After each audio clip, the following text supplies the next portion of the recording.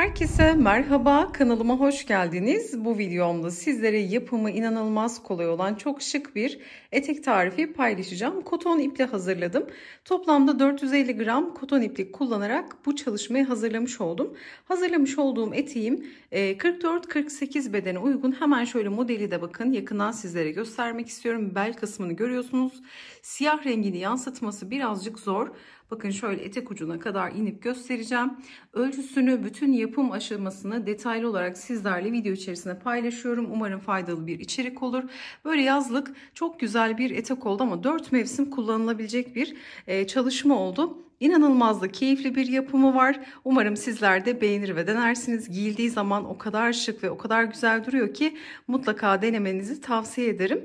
Detaylı tarifimize geçmeden önce de sizlerden küçük de bir ricada bulunmak istiyorum. Kanalımıza ücretsiz abone olabilir, videoyu beğenir ve yorumlarınızı eksik etmezseniz gerçekten çok mutlu olurum. Şöyle bakın, hemen eteğin yakından dokusunu da göstermek istiyorum. Bakın böyle döküm döküm çok güzel bir çalışma oldu. Bakar mısınız desenin güzelliğine? Şahane görünüyor. İstediğiniz beden aralığına göre ayarlayabilirsiniz. Bunu da nasıl yapacağınızı videoda sizlerle paylaşıyorum. Tarifimize geçelim.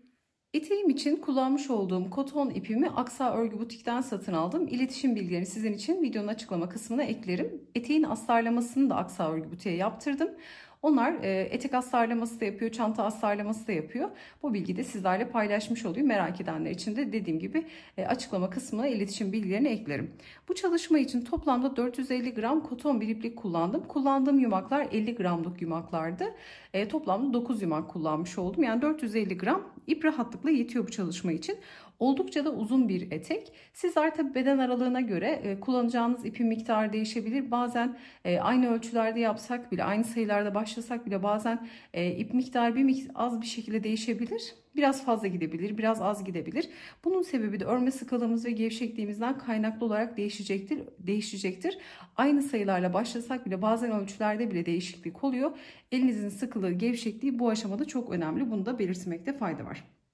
Şimdi bu eteğim benim 44-48 bedene uygun olarak hazırlandı. Ben şimdi burada ölçülerimi, bakın notlarımı aldım. Sizlerle de şimdi adım adım paylaşıyor olacağım. İlk olarak şöyle kullanmış olduğum ipin dokusunu göstermek istiyorum, bakın. İçeriği koton bir iplik dediğim gibi ama sizler daha farklı ipler de kullanabilirsiniz. İnceliği, kalınlığı hiç fark etmez. İstediğiniz iplerle bu çalışmayı yapabilirsiniz. Koton iple örerken tığ numaram da 3 milimdi. Sizler ipinizin inceliğine, kalınlığına göre, örmenizin sıkılığına, gevşekliğine göre kendi tığ numaranızı belirleyebilirsiniz. Şimdi şöyle ben notlarımı aldım. Belki ekran görüntüsü almak isteyen olabilir. Şimdi modeli tarif ettiğim zaman bu notların ne demek olduğunu daha net anlamış olacağız. Şimdi burada hemen eteğin enini boyunu da söyleyelim. 44-48 beden uygun demiştim. Eteğimizin bakın şuradan dar bir şekilde başlıyoruz. Şuradan hafif bir artırmamız var. İsterseniz hiç artırma yapmadan dümdüz de inebilirsiniz ama ben hafif bir kavis istedim bakın etekte. Normalde kalem etek gibi iniyor hafif ama bir tık şurada bir artışlarımız var. Bu artışlarla şu belden hafif aşağı doğru bollaşan bir eteğimiz var. Şimdi şu uca kadar şu kısmı, en alt kısmındaki eni 68 santim, tamamen boyu 87 santim oldu. Bel başlangıç kısmımız da, çünkü artırmalar yapacağız, bu da 46 santim oldu. Dediğim gibi şurada bel kısmından sonra aşağı doğru hafif bir genişleme yaptım. İsterseniz yapmayabilirsiniz, tamamen düz kalem bir şekilde de bu çalışmayı örüp tamamlayabilirsiniz. Şimdi modeli tarif etmeye başlayalım. Küçük bir örnekte tarif edeceğim çünkü model hep kendinin tekrarı. Burada sayıları da vereceğim sizlere. Şimdi hemen başlayalım. Şöyle ilk olarak zincirle başlangıç yapıyoruz. Çok çok kolay bir örnek. İlk zincirimizi kilit yaptıktan sonra 1, 2, 3, 4 zincir çekiyorum. 4 zincirden sonra tığıma doluyorum. Kilit zincirinden sonra çektiğim zincirin içerisine batıyorum. İlmek çıkardım. 3 ilmeğim var, doluyorum. İkisini birlikte. Tekrar doladım. İkisini birlikte örerek burada bakın zincir ve trabzandan oluşan bir yuva oluşturdum. Şimdi 3 zincirle yukarı çıkıyorum. Tığıma doluyorum. Oluşturduğum yuvanın içerisine batıyorum bakın. Oluşturduğum yuvanın içerisine batıyorum. İlmek çıkardım. Yine 3 ilmeğim var. Doladım. İkisini birlikte tekrar doladım. İkisini birlikte örerek ikinci yuvamı hazırladım. Yine 3 zincirle yukarı çıkıyorum. Tığıma doladım. Hemen oluşturduğum en son yuvanın içerisine batıyorum. İlmek çıkardım. 3 ilmek var. 2 çekerek ikili trabzanımı hazırlıyorum. Tekrar 3 zincir doluyorum. En son yaptığım yuvanın içerisine bakın batıyorum ve buraya bir ikili trabzan örüyorum. Umarım anlaşılır olmuştur. Bu şekilde yuvalar hazırlayacağız. Şimdi notumuza döndüğüm zaman burada bakın yuvalarımı, halkalarımı 70 yuva olacak şekilde hazırladım. Model 2'nin katından oluşuyor. Yuvalarınızı yaparken 2 artı 2 artı şekilde yapmanız gerekiyor. Şimdi burada bu yuvaları hazırlarken bel ölçünüze göre hazırlayabilirsiniz. Çünkü örgü hafif esneyen bir çalışma olduğu için belinize göre ölçünüzü bu aşamada alabilirsiniz. Belinize göre ölçünüzü aldıktan sonra dümdüz aşağı ineceğiz zaten. Önemli olan bu yuvalar 2'nin katı olmak zorunda. 2'nin katı şeklinde yuvalarınızı hazırlarsınız. Belinize göre ölçersiniz. Rahat dönüyorsa belinizden. Çünkü lastiği de yerleştirdiğimiz, örneğin benimki birazcık bol olmuştu. Bakın çünkü bu yuvadan sonra tekrar yukarı kemer kısmını örüyoruz. Buraya da lastik geliyor. Şöyle göstermek istiyorum. Lastik geliyor. Lastikte isterseniz terzinize söylersiniz, birazcık da sıktırabilir ya da siz de yapıyorsanız birazcık burada toplayabilirsiniz. Şimdi burada 70 tane yuvayı hazırladım. Şimdi küçük bir örnek tarif edeceğim için 2'nin katı olacak şekilde şimdi burada yuvalarımı hazırlayıp geliyorum. Bakın burada küçük bir örnek tarif edeceğim için 16 tane yuva hazırladım ama büyük çalışmada 70 tane yuva hazırladım. Ve böyle bakın yuvalarımızı hazırladıktan sonra 2'ye katlıyoruz. Belinizi ölçebilirsiniz. Bakın şöyle tuttuğunuzda rahat dönüyorsa belinizden olmuş demektir. Aşırı dar, aşırı da bol yapmayın. Bedeninize göre ayarlayabilirsiniz. Ya da üzerinizde prova edip ölçü almayı bilmiyorsanız eğer daha önceden kullanmış olduğunuz bir eteğiniz varsa onun belini de ölçü olarak kabul edebilirsiniz. Bu şekilde ölçümüzü alıyoruz. Bakın beden ayarlamasını buradan yapıyoruz. Beden ayarlamasını yuva sayısına göre belirliyoruz. Yuva sayısını belirledikten sonra, bedeni ayarladıktan sonra eteği dümdüz bir şekilde öreceğiz. Ondan sonra hiçbir beden ayarlamasına gerek yok. İstediğiniz boyutta örebilirsiniz. Daha kısa, daha uzun yapabilirsiniz. Şimdi burada bakın son yuvayı, 16. yuvayı kapatırken şöyle son 2 tane ilmeği kapatmıyorum. Bakın 16. yuvam. Bunu dediğim gibi büyük çalışmada 70 yuva yapmıştım. Yuvaları şöyle düzlüyorum. Kıvrılmaması için, kıvrılmaması önemli. Kıvrılmadan bakın getiriyorum hemen ilk başladığım yuvayı. Bakın. Şimdi ilk yuvanın olduğu bakın iç kısma batıyorum. Yuvanın içerisine battım. İlmek çıkarttım. 2 ilmeği burada bekletiyordum. Çıkarttığım ilmekle bu 2 ilmeği kapatıyorum. Bağlantıyı bu şekilde kurmuş oldum. Şurada da kısa ip var. Onu en son gizleyeceğiz. Toplamda 16 tane yuvayı bu şekilde elde etmiş oldum. Dediğim gibi yuva sayısı 2'nin katı olmak zorunda. Şimdi burada ilk yuvanın içerisindeyiz bakın. 3 zincirle yukarı çıkıyorum. 1, 2, 3. Tığıma doluyorum. Geliyorum ilk yuvanın içerisine. Bakın zincirli kısımlar üst noktada. Trabzanlı kısımlar alt noktada. 3 zincirde şimdi bir trabzan kabul ediyorum. Tığıma doladım. İlk yuva içerisine batıyorum. İlmek çıkardım. 3 ilmeğim var, doladım. İkisini birlikte. Tekrar doladım. İkisini birlikte örerek ikili trabzan hazırladım. Doluyorum. Aynı boşluğa geldim. Bir ikili trabzan daha örüyorum. Şimdi ilk yuvaya 3 tane trabzan ördük baştaki zincirle beraber. Şimdi 2 zincir çekiyorum. Sıradaki gelen yuvanın içerisine başına dolamadan direkt battım. İlmek çıkardım. Sık iğne. 2 zincir. Tığıma doluyorum. Bir sonraki yuvaya geliyorum. 3 tane ikili trabzan örüyorum. 1, aynı boşluğa 2, aynı boşluğa 3. ikili trabzan. Bakın 3 trabzan 2 tane fileden oluşan örneğimizi kuruyoruz. Zemini bu şekilde kuracağız. Şimdi 3 tane trabzan ördükten sonra tekrar 2 zincir, sıradaki gelen yuvanın içerisine başına dolamadan direkt batıyorum. İlmek çıkartıp sık iğnemi ördüm. Tekrar 2 zincir, tığıma doluyorum. Bir sonraki yuvaya gelerek 3 tane ikili trabzanımı örüyorum. 1, 2,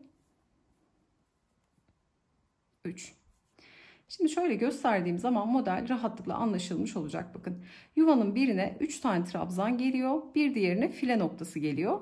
Hemen bir sonraki tekrar 3 trabzan file, trabzan file şeklinde Bu şekilde sıra sonuna kadar gelelim. Son noktaya geldiğimizde hemen bitiş ve başlangıcı sizlerle paylaşalım. Bakın sıramızın sonuna geldik. Burada son bir tane filemiz kaldı. 3 tane trabzandan sonra 2 zincir. Hemen son yuvanın içerisine batıyorum. Sık iğne. Kalan 2 zincirimi çekiyorum. Şimdi başladığımız 3 zincirlik noktaya geldik. 2 zincirden sonra baştaki 1, 2, 3. zincirin içerisine batıyorum. İlmek çıkardım. Bekleyen ilmeğimden kaydırıyorum. Bakın ilk sıramızı bu şekilde tamamladık. Şimdi artık trabzanlar üzerine trabzan gelecek. Burası oldukça kolay. 3 zincirle yukarı çıkıyoruz. Her defasında bakın bu sıralarda bitiş ve başlangıç aynı olacak. 3 zincirle yukarı çıktık. Yine 3 zinciri trabzan kabul ediyoruz. Tığımıza doladık ve sıradaki gelen ilk trabzanın tepesine ikili trabzan örüyoruz. Doladım. Bir sonraki trabzana batıyorum. İkili trabzan örüyorum. Baştaki 3 zincirle beraber 3 tane trabzanı elde etmiş oluyorum. Şimdi 2 zincirlik böyle 2 tane filemiz var. Şimdi bu sırayı geçerken model 2 sıradan oluşuyor aslında. Hep 2 sıranın tekrarı. 1 ve 2. sıranın tekrarı. Şimdi 2 tane fileden sonra 1 fileye düşüreceğiz. Bu arada da 5 zincir çekeceğiz. 2, 3, 4, 5. Tığıma doluyorum. Hemen ilk gelen trabzanın tepesine batıyorum. İkili trabzan örüyorum. Bakın fileleri geçtik 5 zincirle. Hemen 3 tane trabzan üzerine 3 tane trabzan örüyoruz. Trabzanlar değişmiyor. Sadece fileyi geçerken file noktasını 5 zincir çekiyorum. Bakın 3 trabzanımı ördüm. 5 zincir. 1, 2, 3, 4, 5. Tığıma doluyorum. Hemen gelen ilk trabzanın tepesine batıp 3 tane trabzanı yan yana örüyorum. Bakın. İkinci sırayı da bu şekilde hazırlayacağız. Model bu iki sıradan oluşuyor. Şimdi 3 trabzan 5 zincir, 3 trabzan 5 zincir şeklinde sıra sonuna kadar gelelim. Şimdi sıramızın sonuna geldik. Son 3 tane trabzanımızı ördük yan yana. File noktasını geçiyoruz. Bitişte de yine 1, 2, 3, 4, 5 zincir çekiyoruz. Ve baştaki 1, 2, 3. zincirin içerisine bakın bu şekilde batıp ilmek çıkardık. Çıkardığımız ilmeği bekleyen ilmekten kaydırdık. Bakın şimdi 5 zincir 3 trabzan 5 zincir 3 trabzan şeklinde sıramızı tamamladık. Şimdi yine 3 zincirle yukarı çıkıyoruz. Hep bitiş ve başlangıçlar aynı demiştik. Yine 3 zinciri 1 trabzan kabul ediyoruz. Tığımıza doladık. Gelen trabzanın tepesine batıyorum. İkili trabzan örüyorum sırasıyla her birine. Yine 3 trabzan üzerinde 3 trabzan var. Bakın trabzanlar değişmiyor. Şimdi 5 zinciri gördüğümde alttaki file sırasını yapacağım. 2 zincir çekiyorum. 5 zincirlik boşluğa geldim. Sık iğne, 2 zincir, tığıma doluyorum. 3 tane yan yana trabzan var. 2 zincirden sonra gelen ilk trabzanın tepesine batıp yan yana her birine bir tane trabzan örerek 3 tane trabzanımı tamamlamış oluyorum. Bakın desen ortaya çıktı. Şimdi yine 2 zincir, 5 zincirlik boşluğa sık iğne, 2 zincir, tığıma doluyorum. 3 tane olan trabzanın ilkine batıp yan yana yine 3 tane trabzanımı örüyorum. Bu aşamada eğer çok hızlı ördüğümü düşünüyorsanız videoyu yavaşlatabilir ya da tam tersi hızlandırarak da seyredebilirsiniz. Bakın desen ortaya çıktı. Şimdi bu şekilde sıramızı tamamlayalım. Sıra sonuna kadar gelelim. Bakın sıramızın sonuna geldik. Son 3 tane trabzanı ördük. 2 zinciri çektik. Son 5 zincirlik boşluğa sık iğne, 2 zincir ve baştaki 1, 2, 3. zincirin içerisine batıp ilmek çıkartıp kaydırmamızı yapıyoruz. Şimdi burada durup yaptığım artışlardan bahsedeceğim sizlere. Şimdi bakın desen 2 zincirlik 2 tane file, yani şu ilk sıra 1. ve 2. sıranın tekrarı. Şimdi 2 sıra fileden sonra tekrar 5 zincir yapacağız. Yani bir alt sırayı tekrar edip hep bu şekilde model desen kendini tekrar etmiş olacak. Ve bundan sonra şu aradaki zincir sayısı, bakın şu fileli olan boşlukta hiçbir değişiklik olmayacak. Sadece 3 tane olan trabzan sayısı 4'e, sonra 5'e çıkıp 5'te sabitleyip bu şekilde eteği uzatmış olacağız. Şimdi burada şunu göstermek istiyorum. Bakın notlarımı tekrar alacağım. Burada şimdi modele başladık 70 yuvayla.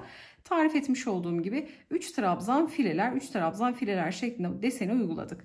Sonra ne yaptık? 6 sıra üçlü trabzan grubundan ördük. 1, 2, 3 sıra ördüm şu anda.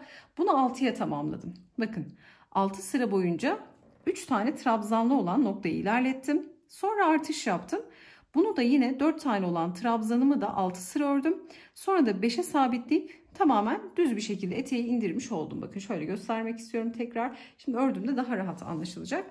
Şimdi varsayalım ki bunu biz 1, 2, 3 değil de 4, 5, 6 sıra ördük diyelim. Şimdi 6. sırayı bitirdik. 7. sıraya geçiyoruz. Bu etekte böyle yaptım.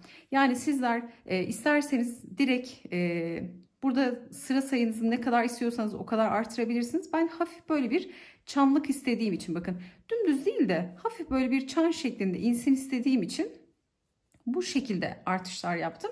İsterseniz bunu buradaki sıra sayısını 3 tane olan, bakın 3 tane trabzanlarımız var. 6 sıra değil de 7 sıra, 8 sıra ya da 3 sıra örersiniz. 3 sıra yeterli olur ya da 2 sıra örersiniz. Sonra 4'e, sonra 5'i çıkartırsınız. Trabzan sayılarınızı bu sayılarla istediğiniz gibi oynayabilirsiniz. Şimdi gelelim artık trabzanları artırmaya. Varsayalım ki bu üçlü trabzan grubunu 1, 2, 3, 4, 5, 6 sıra ördük. Bu 6. sıramız diyelim. Ve şimdi 7. sıraya trabzanları 4'e çıkarmaya geçelim. Ne yapıyorum? Yine 3 zincirle yukarı çıkıyorum. 3 zincirle yukarı çıktım. Tığıma doluyorum. Hemen gelen trabzanın tepesine bir tane ikili trabzan. Şimdi artış yapacağım. Tığıma doluyorum. Tekrar aynı trabzana, tam ortadaki trabzandan artış yapıyorum. Tekrar aynı trabzana geldim. İkili trabzanımı ördüm. Doluyorum. Son trabzana da batıp ikili trabzan örüyorum. Şimdi zincirle saydığım zaman 1, 2, 3, 4 trabzan oldu. Şimdi ortadaki desen aynen devam ediyorum. 2 tane filemiz vardı, 2 zincirlik. Şimdi bu sırada ne yapıyoruz? 5 zincir. 1, 2, 3, 4, 5. Tığıma doladım. Hemen gelen, bakın trabzanın tepesine ilkine bir tane batıyorum. Trabzan ördüm. Ortadaki trabzana 2 tane örerek trabzan sayımı 4'e çıkartmış oluyorum. 1, 2. Doladım. Bir sonrakine bir trabzan daha ördüm. Sonra desen aynen devam ediyor. 1, 2, 3, 4, 5. Tığıma doluyorum. Geldim ilk trabzanın tepesine bir tane trabzan. Ortada duran trabzana 2 tane trabzan örerek artışımı yapıyorum. Son trabzana da bir tane trabzan örüyorum. Şimdi bakın ortadaki file desen aynen devam ediyor. Trabzan sayısı 3'tü, 4'e çıktı. Tek fark bu. Şimdi bu şekilde sıramızı tamamlayalım. Bakın sıramızın sonuna geldik. Son 4 tane trabzan ördük. 5 zincirimizi çektik ve baştaki 1, 2, 3. zincirin içerisine batıyorum. İlmek çıkardım. Kaydırma yaparak sırayı bitirmiş oluyorum. Şimdi yine 3 zincirle yukarı çıkacağız. Tığıma doluyorum. Şimdi trabzan sayımız 4'e çıktı bakın. Önümüzde 3 tane trabzan var. Zincirle beraber 4 oluyor. Hemen ilk gelen trabzanın tepesine ikili trabzan. Bir diğerine tekrar ikili trabzan. Bir diğerine tekrar ikili trabzanla. Bakın 4'e sabitledik şimdi. Normal şu araları örüyoruz. Bu aralarda sayı hiç değişmiyor. Sadece trabzan sayılarımız değişiyor. 3, 4, 5'e çıkartıyoruz ve burada bitiriyoruz. Artışta sadece bu kadar. Şimdi geldik 2 zincir. Hemen 5 zincirlik boşluğa batıp sık iğne. 2 zincir, tığıma doluyorum. Hemen geliyorum. 4 tane trabzanım var. Her birine bir tane trabzan örerek, bakın burada artış yapmıyorum.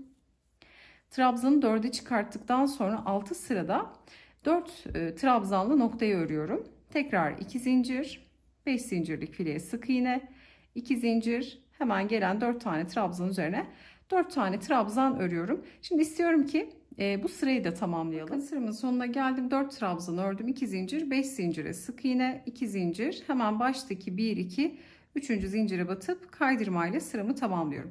Şimdi burada 4'e çıkarttığım trabzanımı 2 sıra ördüm bakın. Şimdi büyük çalışmada 6 sıra örmüştüm. Şöyle tekrar notumu göstermek istiyorum. 6 sıra 3 trabzan ördüm. 6 sıra 4 trabzan ördüm. Sonrasında kalan diğer trabzanları da tamamen 5'e sabitleyip eteğimin boyunu istediğim uzunluğa kadar örmüş oldum. Şimdi sayıyı 5'e çıkartalım. 5'e nasıl çıkartıyoruz bunu gösterelim. Burada bakın 2 sıra 4'lü trabzan grubunu ördüm. Bunu 6 sıra örmüştüm büyük çalışmamda. Sizler ama dediğim gibi istediğiniz ölçüde uzatabilirsiniz. Bu istediğiniz kavise de bağlı aslında. Örneğin burada trabzan sayısını ben 5'e sabitledim ama siz daha böyle kiloş, böyle daha açılsın istiyorsanız eteğinizi 5 değil 6 trabzan da yapabilirsiniz. Bu trabzan sayısını istediğiniz kadar artırabilirsiniz. İlla ki 5'te sabit kalmak zorunda değilsiniz. Daha açılan böyle fırfırlı bir etek isterseniz trabzan sayılarını istediğiniz ölçüde artırabilirsiniz. Şimdi İstiyorum ki trabzan sayısını 5'e çıkartalım. Şimdi burada yine kaydırmayı yaptık. 3 zincirle yukarı çıkıyorum. Tığıma doladım. Sıradaki gelen trabzanın tepesine bir tane ikili trabzan, tığıma doluyorum. Bir sonrakine 2 tane trabzan örüyorum. 1 doladım. Yani buradaki 3. trabzana 2 tane trabzan örüyorum. Doladım. Bir sonrakine tekrar bir trabzanla. Şimdi saydığımda 5'e çıktı. Bakın zincirle beraber 1, 2, 3, 4, 5'e çıktı. Hemen şuradaki 3. trabzandan, baştaki 1, 2, 3. trabzandan artışımı yapmış oldum. Şimdi ortadaki desen, file desen aynen devam ediyor. 2 zincirlik noktadan sonra 5 zincir geliyordu. 1, 2, 3, 4, 5. Tığıma doluyorum. Hemen gelen 4 tane trabzanın ilkinin tepesine bir tane trabzan, ikincisine yine bir tane trabzan, üçüncüsüne 2 tane trabzan örüyorum. 1, 2 doluyorum. Sonuncuya da bir trabzan örerek trabzan sayımı bu sırada 5'e çıkartmış oluyorum. 1, 2, 3, 4, 5. Şimdi böyle 5'e sabitleyerek bakın artık eteğimi dümdüz bir şekilde uzatacağım. Şu bel kısmından hafif bir kavis verdim bakın. Hafif kavisten sonra etek dümdüz aşağı doğru uzayacak. Şimdi istiyorum ki bu sırayı da tamamlayalım. Bir sonraki sırada hemen şu alt kısımda nasıl bitiş yapıyorum onu sizlere göstermek istiyorum. Sıramızın sonuna geldik. 5 tane trabzanı ördüm. 1, 2, 3, 4, 5 zincirimi çekiyorum ve baştaki 1, 2, 3. zincirin içerisine batıp kaydırmamı yapıyorum. Bundan sonra artık yapacağım hiç farklı bir işlem yok. 5 trabzan file noktası, 5 trabzan file noktasını aynen örerek uzatmış olacağım. Ben trabzan sayımı 5'e sabitledim ve bu şekilde eteği istediğim uzunluğa gelene kadar örmüş oldum. Şimdi bir sıra daha örelim istiyorum. Çünkü ben bakın şu 5 zincirlik nokta değil de 2 zincirlik file sırasında eteğimin ucunu bitirdim. Şimdi 3 zincirle yine yukarı çıkıyorum ve gelen ilk trabzanın tepesine batıp 5 tane sırasıyla trabzanımı örüyorum. Artık artış yok bakın. Trabzan sayısını 5'e sabitledik. Ne yapıyorum? 5 zinciri gördüğümde 2 zincir, hemen 5 zincire sık iğne, 2 zincir. Hemen buradaki gelen trabzanın her birine bir tane trabzan örerek 5 tane trabzanımı örüyorum. Şimdi şöyle bakın artık 5'e sabitledik. Bu şekilde dümdüz inecek. Şu ortadaki bakın desen hiç değişmiyor. Buradaki sayılarda hiçbir değişiklik yok. Sadece 3 başladığımız trabzan sayısı 3-3 devam ettiğimiz 6 sıra devam ettik. Sonra trabzan sayısını 4'e çıkarttık. 4 olan trabzanı 6 sıra ördük. Sonra trabzanı 5'e çıkarttık. 5 olan trabzan sırasında 61 sıra ördüm. Yani toplamda 73 sıra örmüş oldum eteğimi. Yani buradaki büyük parçam için söylüyorum. 73 sıra ördüm. Bel kısmı ile beraber bakın toplam 73 sıra ördükten sonra bu beli de ördükten sonra eteğimin uzunluğu tamamen toplam uzunluğu 87 santim oldu. Sizler de boyunuzu prova ederek kendinize göre istediğiniz ölçüde hazırlayabilirsiniz. Şimdi bundan sonra dediğim gibi tamamen 5 trabzanları sadece deseni dümdüz aşağı indireceğiz. İstiyorum ki bu sırayı da tamamlayayım. Hemen şu uçta bir sıra sık iğne ve kaydırma noktası var. Bunu nasıl yaptığımı hemen göstermek istiyorum. Sıra sonuna geldim. 2 zincir sık iğne, sonra 2 zincirimi çekiyorum ve baştaki 1, 2, 3. zincire batıp ilmek çıkartıp kaydırmamı yapıyorum. Şimdi bu etek ucunda bir sıra sık iğne, bir sıra kaydırma yaptım. Bakın şu büyük eteğimde de göstermek istiyorum şu uç kısımda. Bu arada hiç eteğimi ütülemedim. Direkt astarlattım ve bu şekilde sizlere gösteriyorum bakın. Burada bunu yapmamın sebebi, bir sıra sık iğne ve kaydırma yapmamın sebebi örgü etek olduğu için, yani örgü bir çalışma olduğu için böyle kıvrılabilir, böyle havaya kalkabilir. Buraya bir tık ağırlık vermek istedim. Bu ağırlıkla beraber etek böyle daha güzel duracaktı. Şimdi geldim. Ne yapıyorum? Kaydırmadan sonra bir zincir çekiyorum. Zincirli noktaya dokunmuyorum. Sıradaki trabzanın tepesine batıp sık iğne. Bir sonraki trabzana sık iğne. Şimdi her bir trabzana bir tane sık iğne örerek ilerliyorum. 2 zincirlik boşluğa geldim. Bakın bu sırada bitiş yaptım. Büyük eteğimde de. 2 zincire geldiğimde 2 tane sık iğne örüyorum. 1, 2. Hemen ortadaki sık iğnenin tepesine batıyorum. Sık iğne. 2 zincire geliyorum. 2 tane sık iğne. Sonra gelen trabzanın hemen tepesine batıyorum. 5 tane trabzan var. Her birinin tepesine bir tane sık iğne örüyorum. Sonra 2 zincire geliyorum. 2 tane sık iğne. Ortada duran sık iğnenin üzerine sık iğne. Hemen 2 zincire tekrar sık iğne. 5 tane trabzanın tepesine de birer tane sık iğne batarak örüyorum. Şimdi şöyle varsayalım ki sıra sonuna geldik. Hemen şuradaki sık iğne üzerine sık iğne örelim. 2 zincire sık iğne örüyorum. Sık iğneden sonra hemen geliyorum. Burada zincire bakın kaydırma denk gelecek. İlk sık iğnenin tepesine batıyorum. İlmek çıkarttım, kaydırma.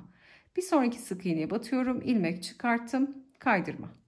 Batıyorum, ilmek çıkardım, bekleyen ilmekten geçiriyorum. Bu şekilde bir sırada kaydırma yaparak tamamını bu şekilde örmüş oldum. Dediğim gibi etek ucuna bir miktar ağırlık vermek istedim ki güzel dursun. Hani kıvrılma, katlanma vesaire olmasın kullanırken de rahat bir kullanımı olsun diye buraya bir miktar ağırlık vermiş olduk bu şekilde.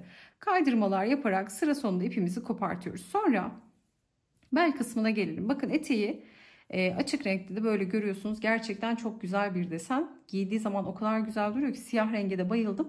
Ama tabii sizler istediğiniz renklerle hazırlayabilirsiniz. Ama tavsiyem böyle koton iplerle örmeniz. Şimdi bel kısmına geldiğimde şöyle bakın. Bitiş ve başlangıç kısmından başlayabiliriz. Şöyle ipi kopartmayayım. Şuradan başlayalım. Hemen şöyle bir zincirli ilmek oluşturalım. 3 sıra trabzan örüyoruz. Bakın burada da yine yuvaları kullanacağız. Hemen şöyle bir öncekinden başlayalım. Yuvalarımız var. Bakın trabzanları yukarı bakan. Burada ilk oluşturduğumuz yuvaya batıyoruz.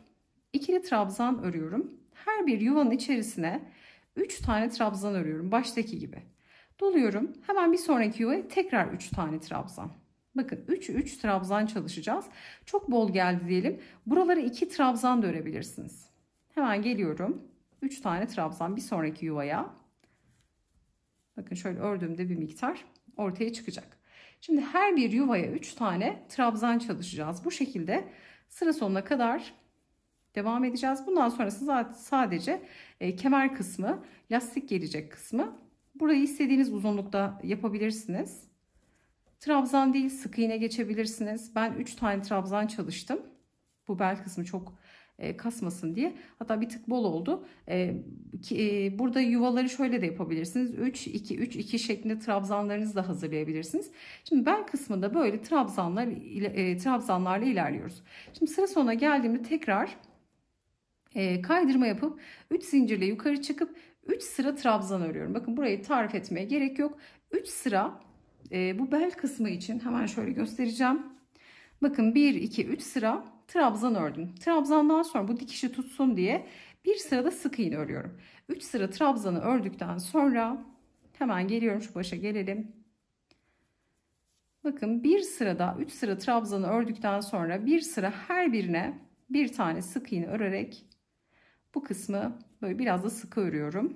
Sık iğnelerimi tamamlıyorum. Her bir trabzanı bir tane sık iğne örüp bel kısmını, kemer kısmında bu şekilde tamamlıyorum. Sizler lastik örgü yapabilirsiniz.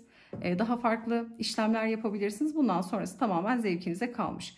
3 sıra trabzan, 1 sıra sık iğne ile de bel kısmını geçerek eteğimizi oluşturmuş oluyoruz. Buradaki yüksekliği ne kadar isterseniz, örneğin ince bir lastik geçecekseniz bu kadar kalın trabzan yapmanıza gerek yok. Yani hiç örgü kısmını yapmadan da direkt bel kısmı, eğer boyu tam oluyorsa buradaki trabzanları örmeden direkt lastiği örgüye de geçirebilirsiniz. Yani bunu kendiniz yapıyorsanız zaten astarlamasını rahatlıkla yapacaksınız. Ama terziye götürdüğünüzde de onlar da sizi yönlendirecektir. Bu şekilde eteğimizi hazırlamış oluyoruz. Bütün tarif bu, bakın. Gerçekten çok kolay. Yuvalarla bel ölçümüzü aldıktan sonra, bedenimizi belirledikten sonra hafif bir çan şeklinde 3 olan trabzanı 4'e, 4'ü 5'e çıkartarak sabitleyip düz bir şekilde örgümüzü örüyoruz. Alt kısmını bitirdikten sonra kemer kısmında trabzan ve bir sıra sık iğne ile geçip bitirmiş oluyoruz. Umarım anlaşılır olmuştur. Yapacak olanlara şimdiden kolaylıklar diliyorum. Videomuzu beğenmeyi, yorum bırakmayı, kanalımıza abone olmayı unutmayın. Bir sonraki videoda görüşünceye dek hoşça kalın.